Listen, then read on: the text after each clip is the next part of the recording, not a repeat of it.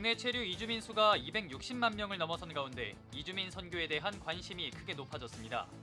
하지만 이주민 선교를 중요하게 여기는 인식만큼 실제 사역을 펼치는 교회는 많지 않은 것으로 나타나 전문 사역자 양성을 위한 노력이 필요하다는 지적입니다.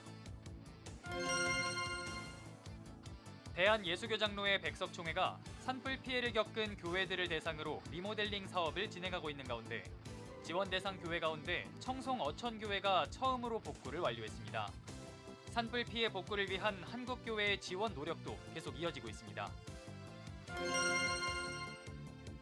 최근 부모가 집을 비운 사이 발생한 화재로 아이들이 숨지는 사고가 잇따르고 있습니다. CBS는 돌봄 사각지대에 놓인 아이들을 위한 한국교회의 역할을 생각하는 기획보도 구멍난 아이돌봄 교회가 나선다를 마련했습니다. 오늘은 먼저 아이돌봄을 위한 한국교회의 역할을 짚어봅니다. 시청자 여러분 안녕하십니까? CBS 뉴스입니다. 지난해 기준 국내 체류 이주민 수는 265만 명으로 전체 인구의 5%를 넘어섰습니다. 우리 사회가 본격적인 다문화 사회로 진입한 건데요. 이주민 선교의 필요성에 대한 교회의 공감대와 인식은 높지만 정작 실천은 미진하다는 조사 결과가 나왔습니다. 오요셉 기자입니다. 우리 사회가 다문화 사회로 접어들면서 이주민 선교의 중요성이 커지고 있습니다. 한국교회도 이주민 선교의 필요성에 대해 공감하고 있는 것으로 나타났습니다. 목회데이터 연구소가 최근 전국 담임 목사 500명과 19세 이상 남녀 출석교인 1000명을 대상으로 조사한 결과 목회자의 99%, 성도의 87%가 이주민 선교가 필요하다고 응답했습니다. 특히 목회자의 경우 76%가 매우 필요하다고 응답하며 그 필요성을 더욱 체감하고 있는 것으로 나타났습니다. 하지만 실질적으로 이주민 선교에 나서고 있는 교회는 6곳 중 1곳, 16%에 불과한 것으로 조사됐습니다. 그마저도 500명 이상 규모의 교회가 절반을 차지했고 500명 미만의 중소형 교회는 10% 내외에 그쳤습니다. 이주민 사역 중이거나 준비 중인 목회자들에게 이주민 사역을 위해 준비해야 할 사항을 물은 결과 이주민 전문 사역자 양성이 36%로 가장 높았고 이주민에 대한 배타성 버림과 이주민의 특성에 대한 이해가 그 뒤를 이었습니다. 실제 사역으로 이어지기 위해선 전문 사역자 양성과 함께 인식 개선 노력이 병행돼야 한다는 점을 시사합니다. 이런 가운데 한국세계선교협의회 KWMA도 전문 이주민 사역자 양성에 힘쓰고 있습니다. 해마다 2회씩 합숙 프로그램으로 진행되는 이주민 선교사 훈련학교를 개최하며 각 교회와 사역자들이 실질적이고 구체적인 이주민 사역을 펼쳐나갈 수 있도록 돕고 있습니다. 국내 이주민 사역자들은 이주민을 이웃으로 여기는 것이 이주민 선교의 출발점이라면서 이주민에 대한 충분한 이해와 함께 교회 내 환대 분위기를 조성하는 것이 중요하다고 말했습니다. 일단은 우리가 그들에 대해서 충분한 인식이 필요하다고 생각합니다. 그분들이 어디서 오셨고 어느 문화권에서 심지어는 어느 종교성을 가지고 있는지 이주민들을 환대하고 섬기는 것은 구약 시대 때나 신약 시대나 한결같은 주님의 마음이었습니다. 성도들에 의한 이주민 선교가 자연스럽게 교회 안에 뿌리가 내려지도록 하는 것이 가장 우선적인 일이라고 생각을 하고요. 이주민 사역자들은 또 한국교회 안에도 여전히 이주민에 대한 선입견과 두려움, 배타적 태도가 남아있다며 만민에게 동등하게 적용되는 복음의 능력을 의지하며 교회가 먼저 손을 내밀어 가자고 말했습니다. 같이 자기들과 대화를 하고 밥도 먹고 함께 예배드리는 그러한 사람들이 있다는 것만으로도 굉장히 안정을 느끼고 위로를 느끼고 그것이 하나님 아버지의 사랑이라고 생각을 하거든요. 그래서 거기서부터 출발을 한다면 누구나가 다 모든 성도님들이 이주민 선교사가 될 수 있을 거라고 생각합니다. 이주민 사역자들은 이주민 선교는 더 이상 선택이 아닌 시대적 사명이라며 우리 곁으로 다가온 이주민들에게 그리스도의 사랑을 전하고 이들이 중요한 선교 자원으로 성장할 수 있도록 도와야 한다고 강조했습니다. CBS 뉴스 오요셉입니다. 대한예수교장로회 백석총회가 산불로 피해를 입은 교회들을 대상으로 리모델링 사업을 진행하고 있는 가운데 청송 어천교회가 첫 번째로 복구를 완료했습니다. 청송 어천교회는 산불로 인해 외벽 철제가 녹아 붕괴 우려까지 제기됐지만 예장 백석총회 도움으로 리모델링을 완료했습니다. 특히 이규환 총회장이 심호하는 목양교회가 음향과 영상 등 600만 원 상당의 시설 장비를 지원해 교인들은 더 쾌적한 환경에서 예배를 드릴 수 있게 됐습니다. 예장 백석총회는 산불로 피해를 입은 목계교회와 석동교회 역시 리모델링 작업을 시작할 계획입니다.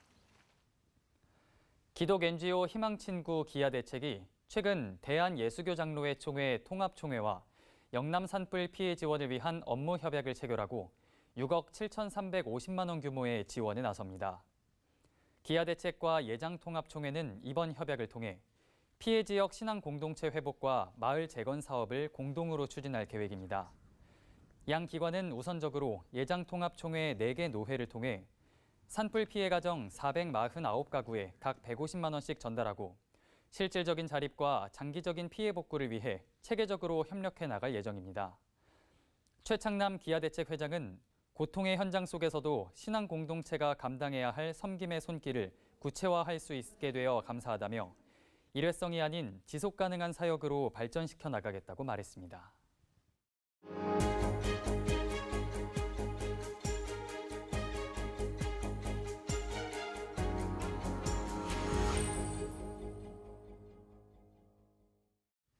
최근 부모가 집을 비운 사이 화재가 발생해 남아있던 아이들이 숨지는 사고가 잇따르면서 돌봄 시스템에 대한 사회적 관심이 높아지고 있습니다.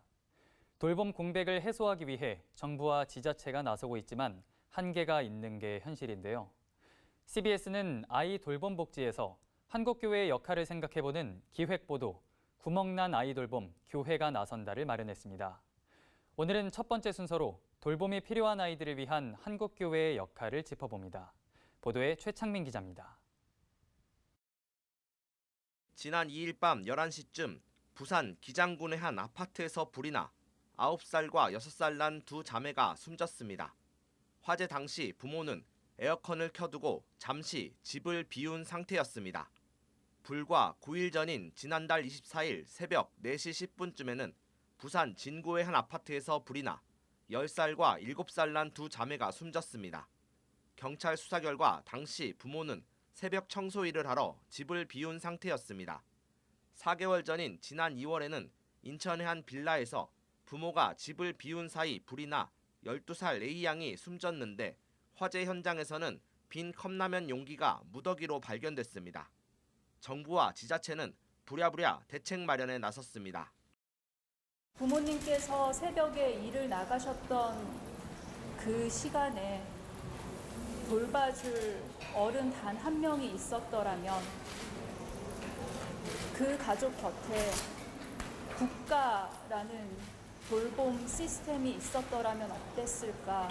그 안타까움이 알람 소리처럼 계속해서 제 마음을 깨웁니다. 현재 정부는 영유아부터 중고등학생까지 공동 육아 나눔터와 다함께 돌봄센터, 초등 돌봄교실 등 각종 돌봄 서비스를 제공하고 있지만 한계가 분명합니다. 24시간 모든 곳에서 복지 서비스를 제공하는 것이 현실적으로 어려운 데다 여전히 수요자 중심이 아닌 공급자 중심이기 때문입니다. 실질적으로 24시간 돌봄을 하기는 역부족이죠. 그리고 또 그 시스템 자체가 굉장히 한계에 부딪혀 와 있습니다. 수요에 비교할 때 공급이 굉장히 부족하죠. 민간 영역이 참여를 해야. 이 때문에 선교적 사명으로 전국 모든 도시와 농촌에서 지역 주민과 밀접하게 교류하고 있는 한국교회가 돌봄 공백 해소에 기여하자는 목소리가 나옵니다. 특히 교회는 생명의 소중함, 가정에 대한 성경적인 가치관이 잘 정립되어 있는 만큼 민간의 다른 어떤 곳보다 신뢰성을 가지고 돌봄 공백에 잘 대응할 수 있다는 겁니다. 교회가 가지고 있는 특성 중에 하나는 생명의 소중함, 또 그리고 성경적인 가치관에 있어서 자녀와 가정의 소중함, 이런 것들을 우리 교회는 기본적으로 성경적 세계관을 갖고 있기 때문에 그 민간 영역의 돌봄을 통해서 아이 돌봄 서비스를 맡게 된다면 첫째는 신뢰감, 그리고 접근성, 그리고 책임성, 이런 것들이 훨씬 더 민간 영역에 있어서 그 어떤 기관보다도 훨씬 더 의미가 깊다고 볼 수 있는 거죠. 정부도 저출산 문제 해결과 돌봄 공백 해소를 위한 민간과 종교 분야의 역할에 공감하고 있습니다. 국토교통부는 올해 1월 건축법 개정을 통해 종교시설과 노유자 시설 간 복수 용도를 허용했습니다.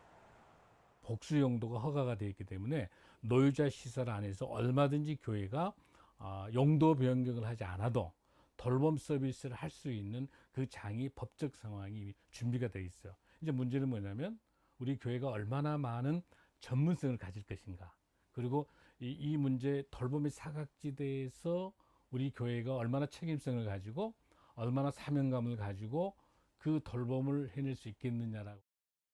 건축법 개정으로 교회 건물을 활용한 돌봄 복지가 가능해진 만큼 한국교회가 지역사회 돌봄이 필요한 아이들에 대한 지원이 보다 확대될 것이란 기대가 모아지고 있습니다.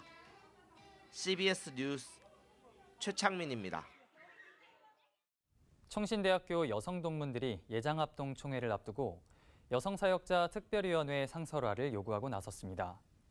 총신 신대원 여동문회는 최근 여성사역자 특별위원회 상설화를 위한 청원 문건을 교단 내 167개 노회에 발송했습니다.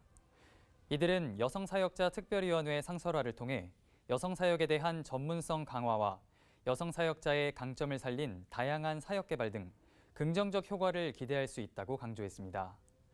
또 여성사역자의 지위 향상은 물론 젊은 여성 인재들의 교단 이탈도 막을 수 있을 것이라며 각 노회에 협조를 요청했습니다. 기독교 대한감리회가 미국 연합감리교회의 영성 형성 프로그램을 한국교회의 목회적 현실에 맞춰 재보급에 나서고 있습니다. 기감교육국과 서울연회는 한국 영성 형성 아카데미 주관으로 어제부터 나흘간의 일정으로 영성 형성 아카데미를 실시하고 있습니다. 영성이 우리 안에서 잘 형성된다라고 하는 것은 내가 예수를 날마다 닮아가는 것이다. 그래서 그것은 기도, 그 다음에 삶의 성찰, 그리고 우리의 그러한 그 삶이 하나님 나라에 부합한지 우리 자신을 또 이렇게 조준하는 거, 뭐 이 모든 것들을 포함하는 거라고 생각을 합니다. 2025 영성 형성 아카데미는 순례자의 광야, 순례자의 노래를 주제로 들음과 응답, 경청 모임, 나눔, 기도회 등 영성 형성 프로그램을 진행하며 기감 목회자와 평신도 리더 등 30여 명이 참가하고 있습니다. 12구 이태원 참사 특별조사위원회가 어제 한국교회 총연합을 방문하고 특조위 활동에 관심과 협력을 당부했습니다. 한교총을 방문한 특조위 송기춘 위원장은 한국교회는 우는 자들과 함께 우는 신앙 공동체로서 앞으로도 특조위 활동에 지속적인 관심과 협력을 부탁한다고 말했습니다. 한교총 김종혁 대표회장은 특조위를 통해 정부가 이태원 참사의 바른 수습과 재발 방지 대책을 마련해 국민에게 신뢰를 줄 수 있는 제도적 역할을 다해주길 바란다고 말했습니다. 한편 문화체육관광부 김도영 신임 종무실장도 한교총을 방문해 김종혁 대표회장과 환담했습니다.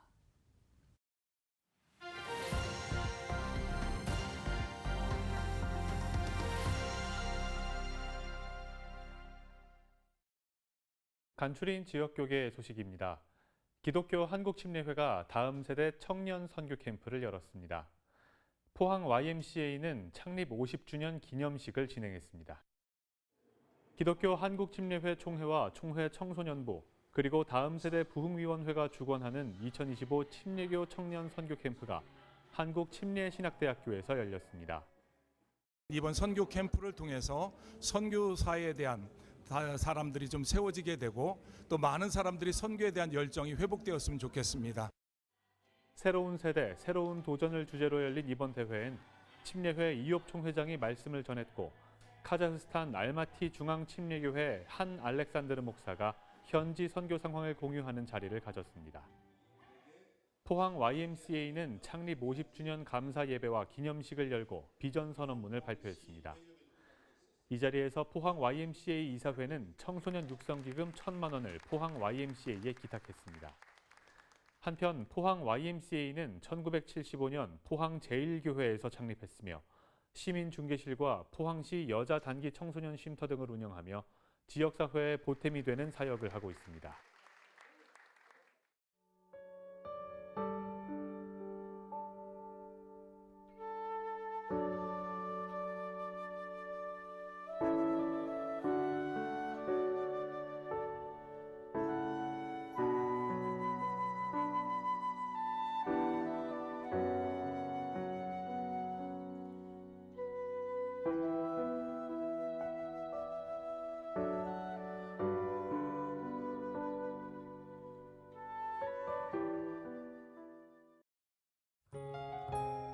날씨입니다. 전국 대부분 지역에 폭염특보가 발효 중인 가운데 내일도 무더위가 이어지겠습니다. 한편 서부 지역과 제주도를 중심으로는 열대야가 나타나겠습니다. 내일 아침 최저기온은 21도에서 27도, 낮 최고기온은 26도에서 36도로 예상됩니다. 이상으로 뉴스를 마칩니다. 시청해주신 여러분 고맙습니다.